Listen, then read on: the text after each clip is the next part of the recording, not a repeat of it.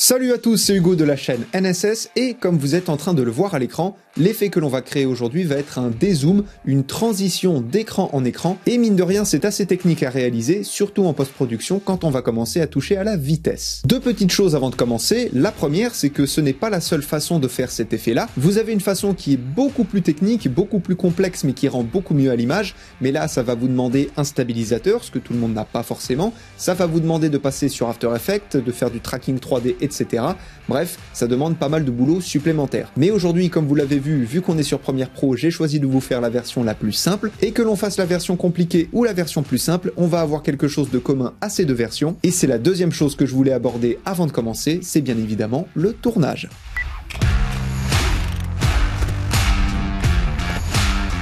Pour le tournage, c'est pas très compliqué. Vous allez poser votre caméra sur trépied et filmer un écran en faisant en sorte d'être bien centré, d'avoir bien le centre de l'écran au centre de votre caméra, tout du moins au centre de votre objectif. Quand je dis un écran, ça peut être n'importe quel type d'écran. Comme vous l'avez vu, ça peut être un écran de PC, un écran de caméra ou un écran de téléphone, mais ça peut être d'autres écrans comme une tablette, un ordinateur portable, une Nintendo Switch, pourquoi pas, vous faites avec ce que vous voulez. Et si vous le pouvez, sur ces écrans, je vous conseille d'afficher un fond vert. En principe, ça devrait pas être trop compliqué, mais si vous ne pouvez pas le faire, ne vous inquiétez pas, on utilisera une autre technique pour enlever l'écran en post-production. Et donc, une fois que vous avez sélectionné quelques écrans, comme je vous l'ai dit, vous allez les filmer avec votre caméra, donc soyez vraiment à la bonne hauteur, et surtout en plan fixe, votre caméra ne doit absolument pas bouger, c'est très important. Et quand vous filmez, vous pouvez faire des actions derrière votre écran. J'insiste bien sur derrière, puisqu'il ne faut pas passer devant pour ne pas gâcher l'effet. Comme on le voit sur cet extrait par exemple, on voit que derrière le téléphone, je suis en train de regarder des objets, une plante, etc.,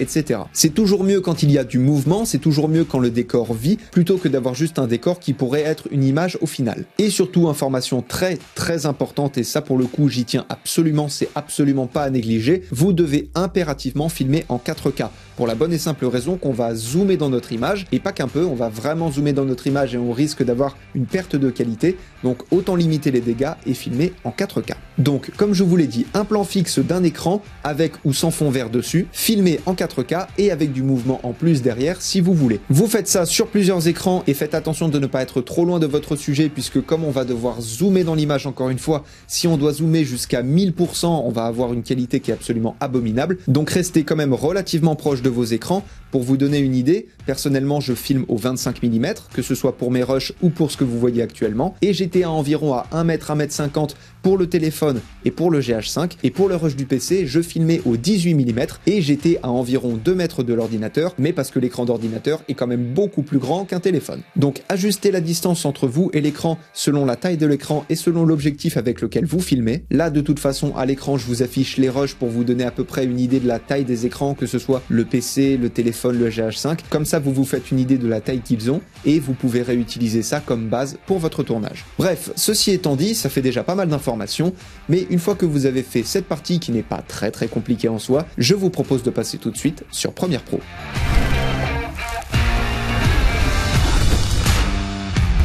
Comme d'habitude, une petite précision avant de commencer le tuto, ce tuto va être très technique. Pour deux raisons. La première, c'est qu'on va devoir superposer les images à un moment donné pour la faire passer d'une image à l'autre, pour créer une transition naturelle et sans rajouter de fondu, sans rajouter d'effets spécifiques ou quoi que ce soit. Et surtout, après, à la fin du tuto, on va devoir gérer la vitesse pour gérer la transition d'une image à une autre. Puisque selon à quel point vous avez zoomé dans votre image, quand vous allez dézoomer, vous allez aller de plus en plus vite et donc il va falloir gérer cette vitesse quand on va passer d'une image à l'autre. Mais bon, ça on en reparlera plus en détail au moment venu, je tiens juste à vous préciser que c'est quelque chose d'assez technique et par rapport à d'habitude, je vais pas pouvoir vous faire un tuto vraiment hyper précis où je pourrais vous dire clique ici, rentre telle valeur, etc.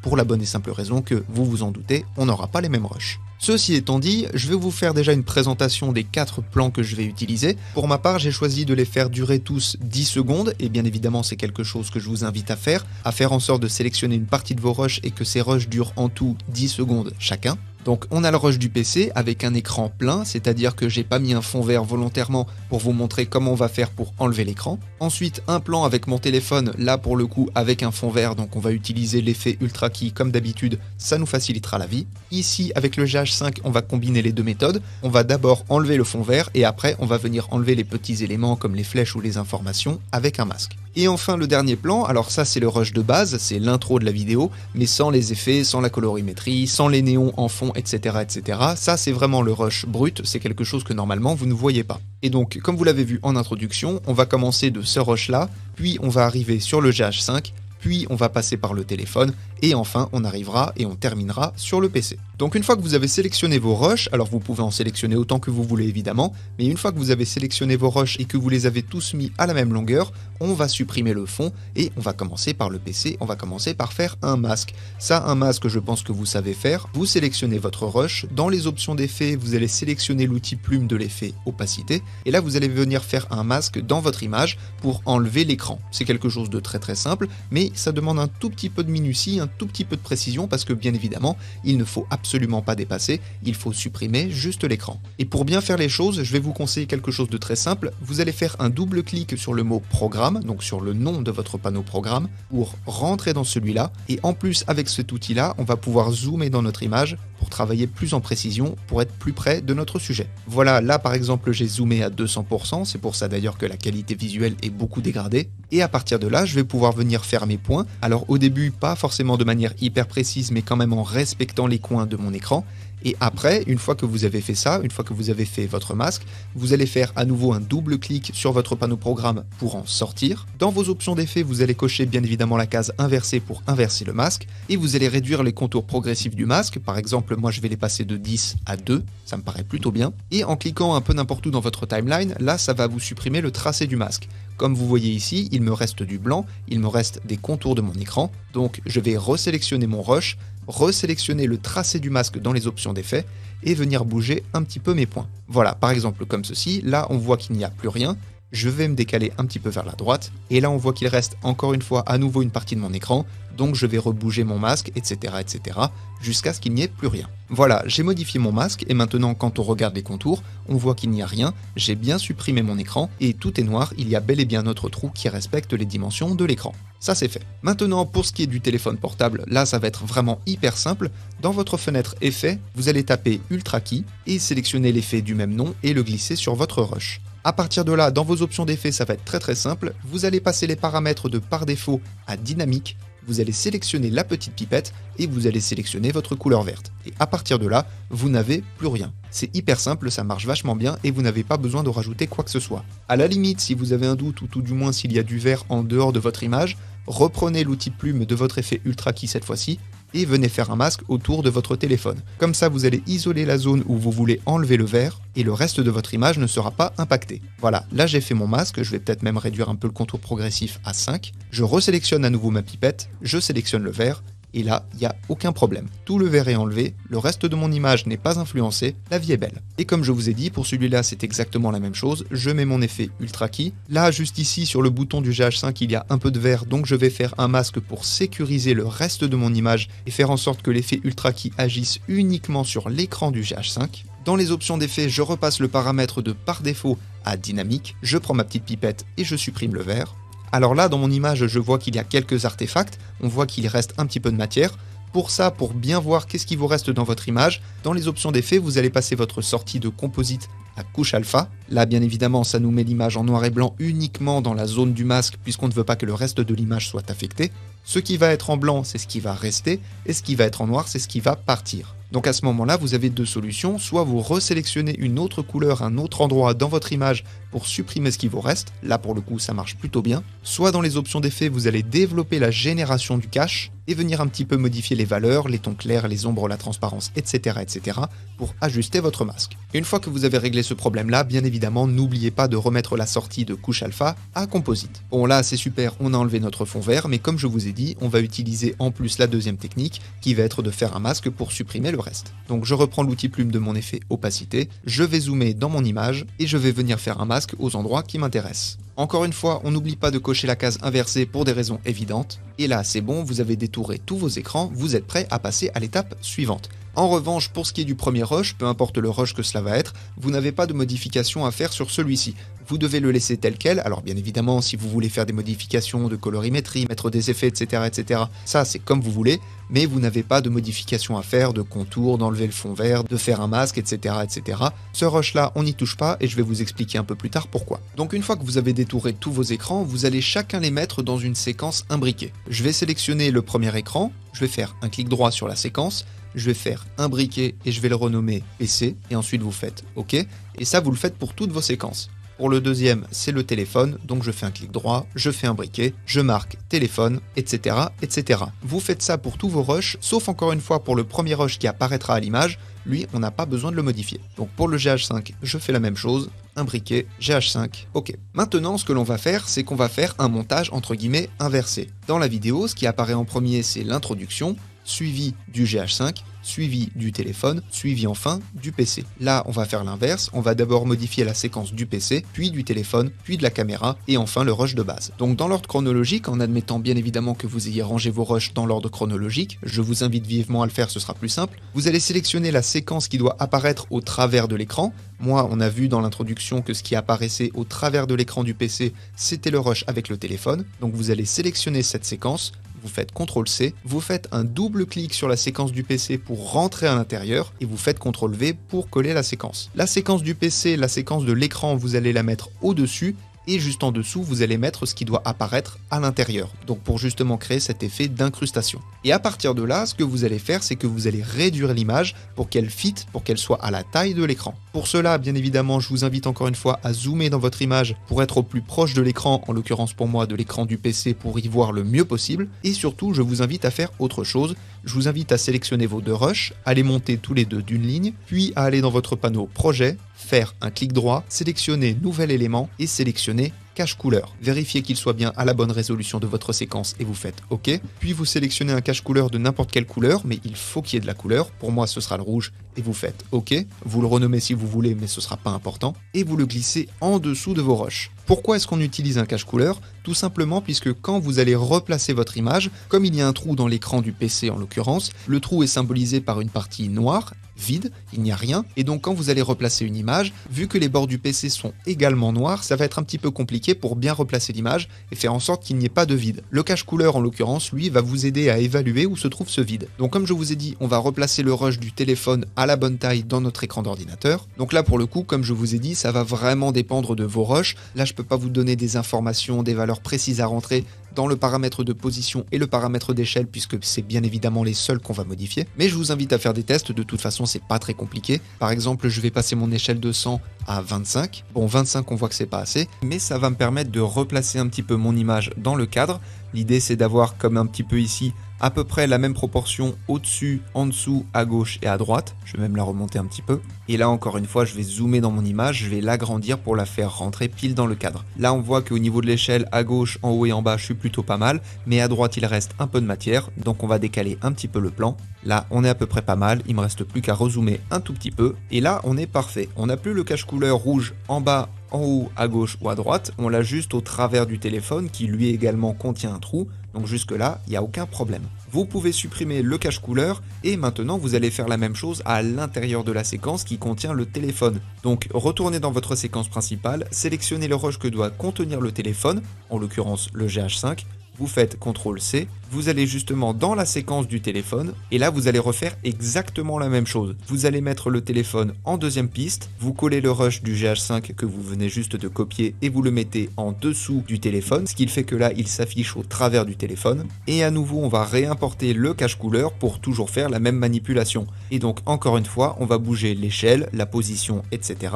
Là pour moi c'est fait, on supprime à nouveau le cache couleur, on rentre dans la séquence du GH5 et là je vous le donne en 1000, on va faire la même chose avec le dernier rush, avec donc le premier rush qui arrivera chronologiquement. Donc je retourne dans ma séquence principale, je sélectionne le rush, je fais CTRL-C, je retourne dans la séquence du GH5, je le lève de 2 pistes, je place le rush que j'ai copié juste avant en dessous du GH5, je place également le cache couleur en dessous encore une fois et je vais venir, sans grande surprise, venir réduire la taille de ma vidéo pour la faire rentrer dans l'écran du GH5. Là, comme vous le voyez, je n'ai pas fait correspondre le haut et le bas de mon image avec le haut et le bas de l'écran du GH5. Tout simplement puisque cet écran-là va vous servir de transition entre la vidéo dite classique et le moment où vous allez rentrer dans l'effet. Donc là pour le coup je vais simplement simuler des bandes noires, donc je vais modifier mon cache couleur rouge et le mettre en noir, donc pour ça vous faites un double clic sur votre cache couleur et vous le mettez en noir, ou alors si vous voulez réutiliser le cache couleur rouge un peu plus tard, vous générez un nouveau cache couleur de couleur noire, Mais là, dans le principe, vous avez les bandes noires qui sont créées et je vous conseille de faire ça puisque vous allez créer une transition entre la vidéo entre guillemets dite classique, la vidéo qui prend simplement l'écran en entier, comme une vidéo normale, et au moment de dézoomer, il ne faut pas que les bords du GH5, de la caméra ou de l'écran que vous aurez choisi apparaissent d'un coup. Donc il va être important de faire figurer la vidéo en entier dans cet écran-là, dans le premier écran qui apparaîtra, quitte à couper un peu la vidéo, tout du moins à la mettre à la bonne disposition et à rajouter des bandes noires. Et maintenant vous pouvez retourner dans votre séquence principale et supprimer le rush qui n'est pas dans une séquence imbriquée, pour le coup on n'en aura pas besoin. Ensuite vous allez empiler chacune des séquences imbriquées, alors là pour le coup l'ordre des séquences va pas être très important, puisque de toute manière à la fin on va les ramener sur une seule et même ligne. Je vais zoomer un peu dans mon image. Pour le coup ce que l'on va faire c'est qu'on va récupérer des parties de chacune des séquences pour passer d'une séquence à une autre, et il va être très important de ne pas déplacer dans le temps les séquences, puisque bien évidemment si vous déplacez la séquence dans le temps, quand vous passez par exemple du téléphone au PC, vous n'allez pas avoir la même image puisque les séquences ne sont pas placées au même endroit dans le temps. Donc c'est hyper important de ne pas y toucher, mais en gros vous allez récupérer autant de parties que vous avez de séquences et vous allez les récupérer dans l'ordre chronologique. En l'occurrence, je vais faire un cut sur ce qui arrivera en premier, à savoir le GH5, et je supprime ce qu'il y a après le cut. Je fais également un cut sur la séquence du dessous et je supprime ce qu'il y a avant la tête de lecture, puisque du coup, vu que c'est le GH5 qui occupera cette partie, ce qui se trouve avant pour la séquence suivante, je n'en aurai pas besoin. Puis je vais me placer par exemple à 6 secondes, je fais un cut sur la deuxième séquence et je supprime ce qu'il y a après, et je fais un cut sur la séquence du bas et je supprime ce qu'il y a avant. Donc encore une fois, ça va être très important de faire les cuts dans l'ordre chronologique. Comme on a vu dans l'introduction, c'est le GH5 qui apparaît, puis le téléphone, puis l'ordinateur. Et une fois que vous avez fait tous ces cuts, vous allez pouvoir ramener tous vos rushs sur une seule et même ligne. Et je vais vous montrer un exemple de pourquoi c'est important que les rushs se suivent chronologiquement. Là en l'occurrence, on voit que je suis en train de tenir une plante dans la main. Et quand on avance sur le rush du PC, donc là on voit à l'intérieur de l'écran de l'ordinateur ce qu'on a vu juste avant, et on voit que je tiens toujours la plante dans la main. Donc là, chronologiquement, on est bon. Et une fois que vous avez placé ces petits cuts et que vous avez replacé vos rushs, on va pouvoir passer à la partie la plus technique, faire correspondre les images, tout du moins les superposer, et surtout les animer et gérer la vitesse. Pour ça, c'est pas très compliqué. On va commencer par la dernière séquence que vous allez placer sur la piste numéro 2, et vous allez étendre un tout petit peu la séquence précédente, puisque là, on va venir faire se superposer les images par un effet de transparence. Donc sur la séquence qui est en piste numéro 2, vous allez passer son opacité de 100 à 50% par exemple. Avancez un petit peu dans le temps et activer le chronomètre de position et de échelle pour conserver ces valeurs-là, conserver les valeurs de base, et replacer votre tête de lecture au début. Et là, pour le coup, vous allez modifier l'échelle et la position. Donc on va commencer par l'échelle.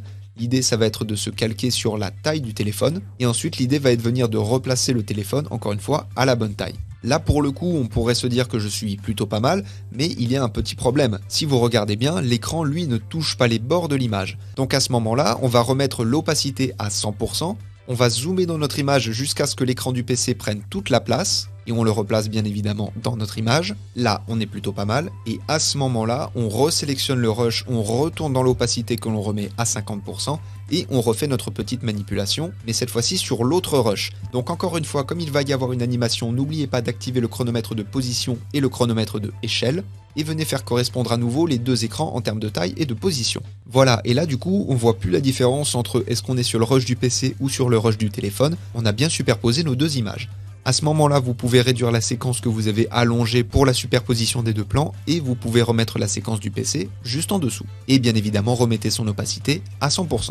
Et du coup, concrètement, vous allez faire la même chose sur le rush juste avant. Donc vous levez la séquence et vous décalez celle qui est juste en dessous. Vous réduisez l'opacité à 50% et vous allez venir faire correspondre les images tout en prenant en compte le contour de l'écran qui doit servir de transition. Comme je vous l'ai expliqué juste avant, au moment où vous allez passer d'une séquence à l'autre, vous ne devez pas avoir une cassure nette où on voit d'un coup l'écran parce que sinon du coup ça casse la fluidité. Donc sur la séquence du téléphone, je vais remettre l'opacité à 100%, je vais commencer par faire zoomer mon image pour qu'on n'ait plus les bords du tout du téléphone et à partir de là, une fois qu'on a un rush cohérent vis-à-vis du rush qui est en dessous, quand je remets l'opacité à 50%, on voit qu'on a à peu près la même esthétique au niveau de la vidéo et à ce moment-là, je vais pouvoir modifier le rush qui est en dessous pour faire correspondre la taille avec le rush qui est au-dessus. En gros, exactement ce que l'on a fait juste avant. Encore une fois, le rush est bien replacé, vous pouvez remettre son opacité à 100%, réduire la séquence que vous avez agrandie et replacer le rush du téléphone à sa place. Et quand vous allez vouloir faire le raccord avec la première séquence, donc en l'occurrence le GH5 avec ce qu'il y a avant dans votre vidéo, vous allez faire exactement la même chose. Vous allez zoomer dans votre image pour faire correspondre la taille avec le rush qui sera juste avant pour qu'il y ait une transition qui soit cohérente. Et surtout, si vous faites bien ce travail-là, au niveau de la position des rushs, vous aurez une transition qui sera très fluide. Et donc pour l'instant, voilà ce qu'on a. Comme vous l'avez vu et comme je vous l'ai dit au début, plus on va dézoomer, plus le rush va être rapide en se rapprochant de la valeur initiale. Et donc c'est à ce moment-là qu'on va venir jouer avec la vitesse pour créer de la fluidité. Première chose à modifier, pour la fin de votre rush, en l'occurrence moi je vais me placer à 9 secondes et je vais donc déplacer mes images clés. Je vais passer l'image clé de mon échelle en Bézier pour faire un ralentissement au niveau du dézoom, ce qui va vraiment faire terminer l'animation tout en douceur. Donc pour ça, et là ce que je vais vous dire, ça va concerner ce qu'on va faire après aussi, vous allez développer les petites poignées en cliquant sur la flèche à côté du chronomètre de échelle. Vous sélectionnez votre dernière image clé de votre dernière séquence et là vous allez étirer un petit peu le rush pour justement, comme je vous l'ai dit, faire ralentir l'animation et au final avoir quelque chose comme ça sur la fin. Voilà, ça ralentit très progressivement et vous pouvez faire également la même chose avec la position. Et ça nous donne donc ceci, ça nous donne quelque chose qui ralentit tout doucement et on a vraiment une fin qui est très agréable. Et donc maintenant, comme je vous l'ai dit, vous allez attaquer la dernière partie du tuto, la plus complexe, la plus technique, ça va sûrement vous prendre du temps, vous allez sûrement devoir la refaire peut-être plusieurs fois pour bien comprendre et pour bien la réaliser, puisque l'idée, donc comme je vous l'ai dit, est de faire suivre la vitesse, de faire quelque chose de plus ou moins linéaire, et surtout pour que visuellement la transition se fasse d'un coup, qu'on n'ait pas l'impression qu'il y ait un cut entre guillemets, et le tout bien évidemment sans utiliser de fondu enchaîné, puisque sinon c'est pas drôle. Donc je vais prendre par exemple le passage du GH5 au téléphone. Quand on va passer de l'un à l'autre, on voit qu'on a un ralentissement d'un coup, donc on a deux solutions. Soit on ralentit un petit peu le rush du GH5, soit on accélère un petit peu le rush du téléphone au début, soit on fait les deux. On va commencer par le téléphone, on va développer les petites poignées de l'échelle comme on l'a fait tout à l'heure, et là on va venir la baisser un petit peu et la tirer pour faire quelque chose de plus rapide, pour faire une descente un peu plus abrupte pour la vitesse. Donc quelque chose à peu près comme ceci. Et là, si on regarde ce que ça nous donne quelque chose qui est déjà beaucoup plus fluide. Alors, c'est pas encore tout à fait ça, mais on a déjà beaucoup moins cet effet de frein par rapport à avant. Et étant donné qu'on a accéléré le début, techniquement et en toute logique, ça va ralentir la fin. Et donc, quand on va passer du téléphone au PC, on va avoir une transition lente, mais où la vitesse est plus ou moins organique. Ça se suit, on n'a pas une cassure, on n'a pas quelque chose d'abrupt, on n'a pas quelque chose de net. Et ça peut vous servir de transition, d'avoir une vitesse plus rapide de la première à la deuxième séquence et d'avoir une vitesse plus lente de la deuxième à la troisième. Encore une fois, je le redis, c'est un aspect sur lequel je peux pas vraiment vous aider, c'est pas un aspect sur lequel je peux vraiment vous dire vous rentrez telle valeur ou alors vous positionnez la poignée exactement à cet endroit, puisque là pour le coup même positionner quelque chose dans l'espace c'est déjà beaucoup plus complexe. Même si on réalisait exactement le même projet, ce serait pas facile de vous l'expliquer au travers d'un tuto. Donc vous avez compris le principe, vous allez jouer avec les petites images clés. Je vous mets bien évidemment un tuto en haut de l'écran concernant les images clés, mais comme je vous l'ai dit, encore une fois, le plus important c'est la fluidité. Si vous avez une cassure, si vous avez un ralentissement, si vous avez un bond dans votre vidéo, c'est que vous avez raté peut-être une étape, que vous avez décalé un rush, et à ce moment-là, il serait intéressant de revenir en arrière pour voir ce que vous avez raté. Mais en tout cas, là, vous avez tous les outils. Je suis désolé de ne pas pouvoir vous aider plus par rapport à d'habitude où j'essaie vraiment d'être derrière vous, à vous dire clique ici, rentre telle valeur, etc. Mais d'une autre manière, je me dis que c'est un bon exercice pour vous rendre autonome, et donc je vous laisse essayer de votre côté, et je vous laisse avec la conclusion de la vidéo. Comme je vous l'ai dit durant le tuto, c'est vraiment l'aspect de vitesse et la superposition nette, très nette, voire même au pixel près des plans qui va être la plus importante. Si vous avez une cassure, et je l'ai dit et je le répète parce que c'est vraiment très important, si vous avez une cassure d'un plan à un autre, ça va casser la fluidité, d'où le terme de cassure, et ça va vraiment être moins agréable visuellement parlant. Donc, apprenez à gérer votre vitesse, c'est vraiment le point le plus technique et j'ai dû m'y reprendre à plusieurs fois personnellement pour réussir à faire quelque chose de correct, pour faire quelque chose de bien, tout du moins ce que vous avez vu en intro de toute manière. Mais ça demande un peu d'expérience, un peu de pratique, ça demande de bien connaître le fonctionnement des images clés. C'est pas toujours hyper facile à prendre en main, surtout quand c'est la première fois, donc ne soyez pas pressés, expérimentez et ça viendra. Mais bref, en attendant de vous retrouver pour un autre effet peut-être un peu moins complexe la prochaine fois, apprenez, utilisez et progressez dans vos montages. La plateforme pour me soutenir ainsi que mes 2 comptes Instagram et le serveur Discord sont en description de la vidéo. Je vous fais des bisous et à plus.